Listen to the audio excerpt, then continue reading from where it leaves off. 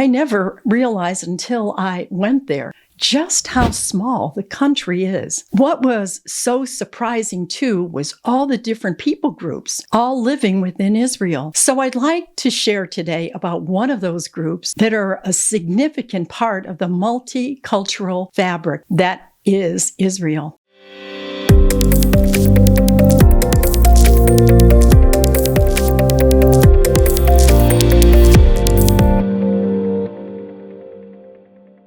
Welcome to Israel Unveiled.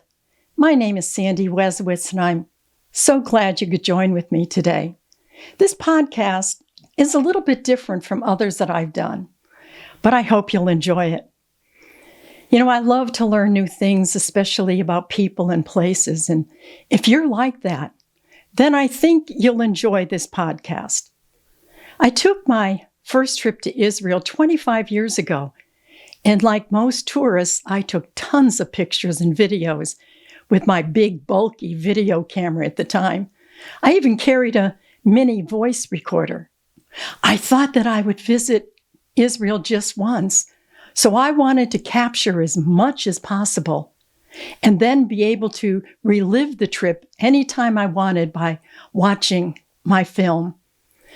But like so many pilgrims going to the Holy Land, I knew even before the trip ended that I wanted to return again and again. I will say that first trip broke every stereotype I ever had about Israel. I actually had no idea just how diverse both the people and the land were. In one day, you could see desert and mountains, farmland and cosmopolitan cities, ancient ruins, the Dead Sea and the Sea of Galilee teeming with life, biblical Jerusalem, and modern Tel Aviv. I never realized until I went there just how small the country is. What was so surprising too was all the different people groups all living within Israel. So I'd like to share today about one of those groups that are a significant part of the multicultural fabric that is Israel. On one of my earliest trips to Israel, I met a friendly woman selling honey and figs at a little stand as we got off the tour bus. We were walking to the top of Mount Carmel, the place where Elijah challenged the prophets of Baal. She was dressed in a long black dress and a white headscarf, and naturally, I was a little curious about her. Our guide said that she was a Druze, and every day she set up her products for sale. Now, I'd never heard of the Druze people, and I did buy the figs, and let me tell you, they were delicious. So back on the bus, I asked Noam, our guide, more about the Druze. And it was not to be confused by the ancient Druids of the Celtics. I quickly learned they were a minority people, loyal citizens of Israel. As a matter of fact, they're always very loyal to the country in which they live. For example, in the 1948 Arab-Israeli War, that's the War of Israel's independence, Druze men actually fought on the side with the IDF, the Israeli Defense Force. The Druze lived primarily in three countries in the Middle East: Israel, Lebanon, and the largest group in Syria. All totaled, there are about 1 million Druze. In Israel, the best estimates that I could find are about 150,000 plus. That's 1.6% of Israel's population. And they live in communities primarily in mountainous areas in Galilee, as well as Mount Carmel and the Golan Heights. I learned that there are two groups within Druze. Both are fully part of the Druze community. One is referred to as the non-initiated, and a much smaller group who are known as the enlightened or the knowledgeable. They're men and some women, usually older, who know the deeper teachings and the writings. And I found it interesting that the knowledge is kept secret, even from most Druze, the unenlightened. They can be identified by the way they dress.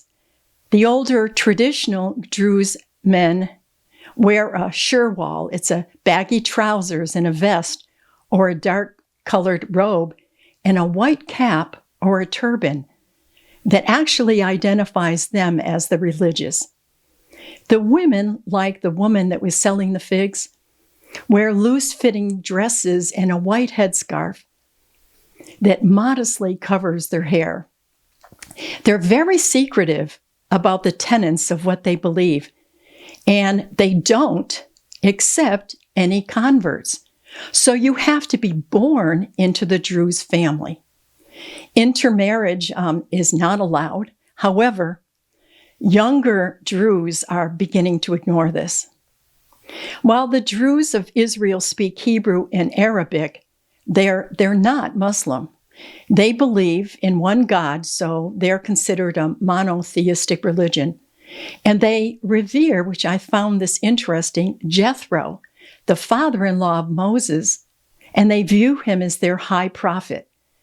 Its origins trace back to the 11th century and Shia Islam, but their beliefs also include parts of Christianity, Hinduism, Buddhism, as well as other philosophies.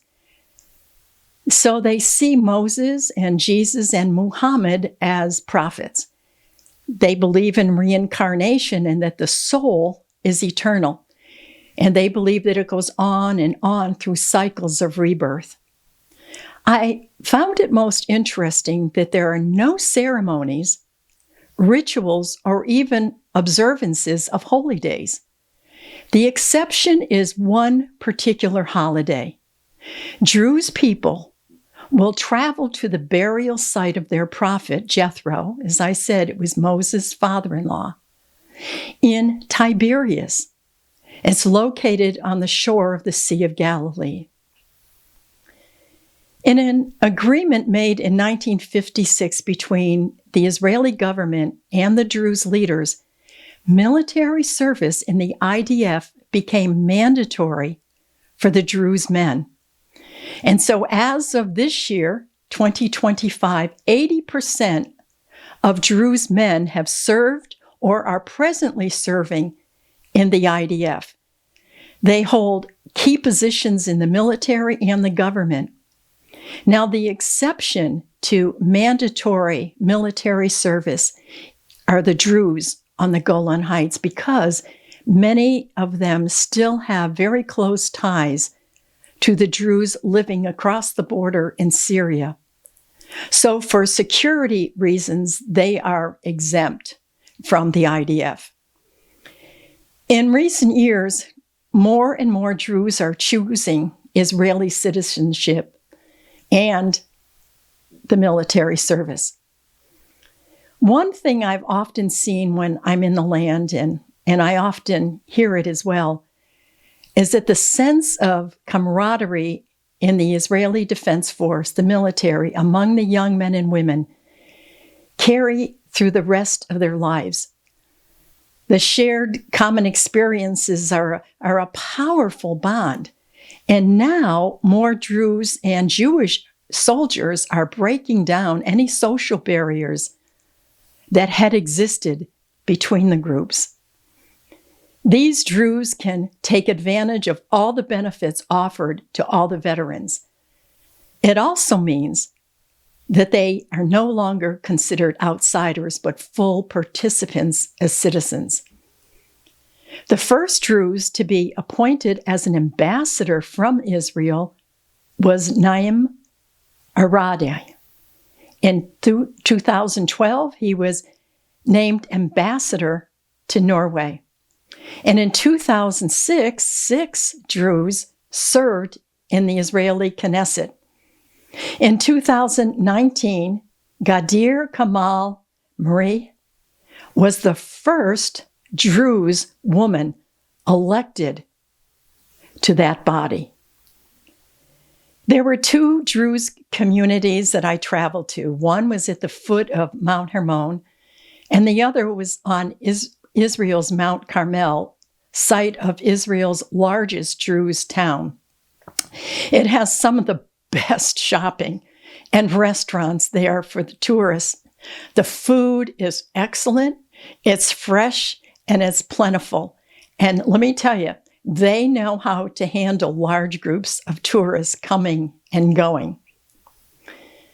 On one of my trips to Israel, I had an opportunity to visit the second place. A small group of us came early before the trip to explore some off-of-the-tour itinerary places in the north. And one of the most memorable experiences I had was on a hill in the Golan Heights, near Magdal Shams, a Druze town. The place was called the Shouting Hill. It marked the ceasefire line that separated hostile Syria from Israel-controlled area. And there's an interesting story attached to it. During the Six-Day War in 1967, Israel captured most of the Syrian-controlled Golan Heights, and they set up a ceasefire line separating Syria from Israel. And along that border, as I mentioned, is the Israeli town of the Druze, Magdal Sham village. A portion of it slopes down to a valley that separates it from the rising opposite hillside of Syria. And the Shouting Hill sits on that ceasefire line at the bottom of the valley. For years, there was very little communication between Druze families on either side of the border because communication lines and mail were not allowed because of the hostilities between Israel and Syria. So once a week, families would gather on each side of the valley and they would shout through megaphones across the divide to announce the births, deaths, weddings, and other community news. Thus the name, the Shouting Hill. There actually was a movie made in 2005 called Syrian Bride that tells the story of a young woman from Magdal Shams on the Israeli side becoming engaged to a Druze man on the Syrian side whom she had never met in person. She makes the decision to leave her family and is allowed to enter Syria, never to return to her home in Israel.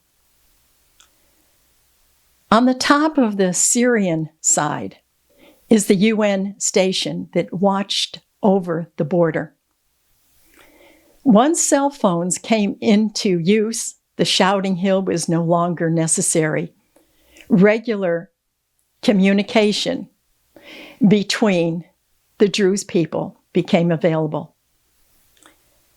There's another group that share the land of Israel, the Bedouins. They too bring another perspective showing the diversity that is modern Israel. And I'll address that in another podcast in the future. So I hope you've enjoyed learning a little bit more about contemporary Israel. And if you did enjoy it, I would ask that you would click like and share. And to see more podcasts like this, please subscribe. Blessings and shalom.